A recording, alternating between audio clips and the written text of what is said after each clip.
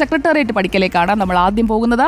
ആശാ വർക്കർമാർ നടത്തുന്ന അനിശ്ചിതകാല സമരം ഇന്ന് 14ാം ദിവസമാണ്. സമരത്തോട് മുഖം തിരിക്കുകയാണ് ഇപ്പോഴും സർക്കാർ. ആനുകൂല്യ വർധനയിൽ ഉൾപ്പെടെ തീരുമാനമായിട്ടില്ല. ഞായറാഴ്ചയാണെങ്കിലും ഇന്ന് പ്രതിഷേധം കടുപ്പിക്കും. മഹിളാ കോൺഗ്രസ് ഇന്ന് സെക്രട്ടേറിയറ്റ് മാർച്ച് നടത്തും. റിനു ശ്രീധറുണ്ട് സമരക്കാർക്കൊപ്പം. Good morning Rinu Sreedhar. സമരക്കാർക്കൊപ്പം സർക്കാരില്ലെങ്കിലും നമ്മൾ തുടർച്ചയായി അവിടെ ഉണ്ടല്ലോ അല്ലേ?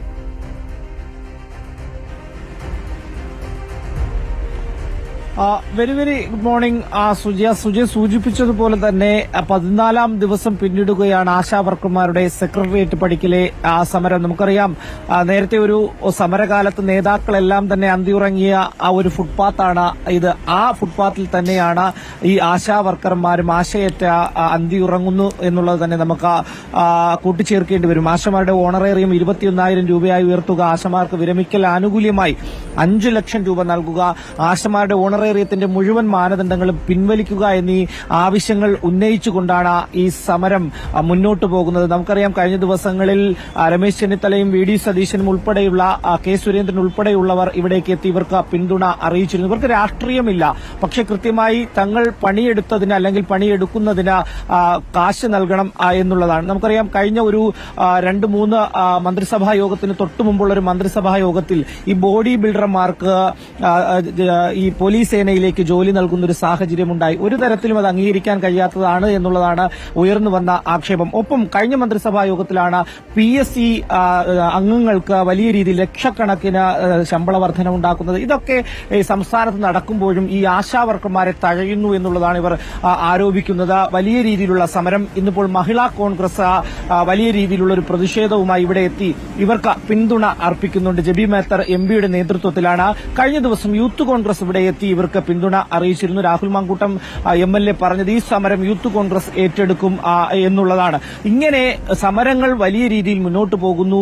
14 ദിവസം പിന്നിടുന്നു. പക്ഷേ സർക്കാർ ഒരു തരത്തിലും ഒരു ചർച്ചയ്ക്ക് പോലും തയ്യാറാകുന്നില്ല. ആദ്യഘട്ടത്തിൽ പ്രഹസനം എന്ന നിലയ്ക്ക് ആരോഗ്യവകുപ്പ് മന്ത്രിയുടെ നേതൃത്വത്തിൽ ഒരു ചർച്ച നടത്തുകയും പക്ഷേ ഒരു തരത്തിലും ആ ചർച്ച സമവായത്തിലേക്ക് എത്തുകയും ചെയ്തിരുന്നില്ല എന്നുള്ളതാണ്. എന്തായാലും ആശാ വർക്കർമാർ രാവിലെ തന്നെ ഇവിടെ എത്തുന്നുണ്ട്. ഇപ്പോൾ കുറച്ചുപേരാണെങ്കിൽ അവർ പ്രഭാത കർമ്മങ്ങളൊക്കെ തന്നെ കഴിഞ്ഞ് വരും സമയങ്ങളിൽ കൂടുതൽ പേർ ഇവിടേക്ക് എത്തും എന്നുള്ളതാണ്. എന്തായാലും നിലവിൽ എത്തുന്നവരോട് നമുക്ക് വിവരങ്ങൾ ചോദിക്കാം.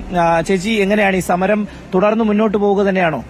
തീർച്ചയായിട്ടും ഞങ്ങളുടെ ആനുകൂല്യങ്ങൾ, ഞങ്ങൾ വെച്ചിരിക്കുന്ന ഡിമാൻഡുകൾ അംഗീകരിക്കുന്നിടം വരെ ഈ സമരം തുടർന്ന് തന്നെ പോകുന്നതായിരിക്കും. ഇന്നു മുതൽ അങ്ങോട്ട് എങ്ങനെയാണ് സമരം? ഇന്നു മുതൽ ഞങ്ങൾ നോക്കും.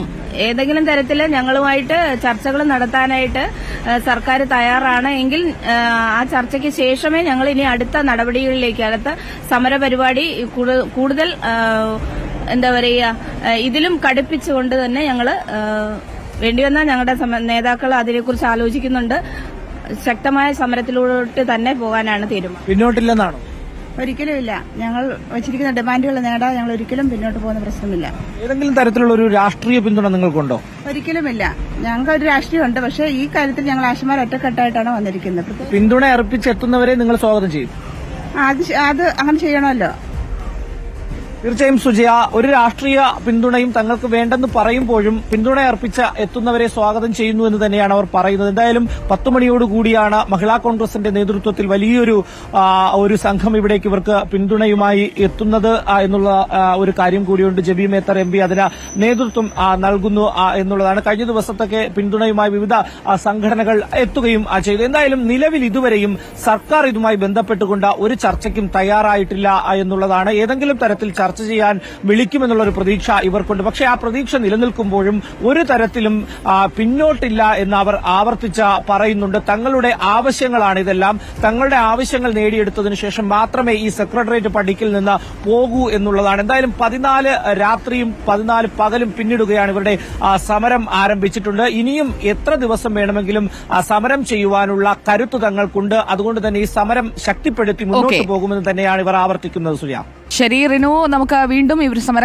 പന്തലിലേക്ക് തിരിച്ചെത്താം.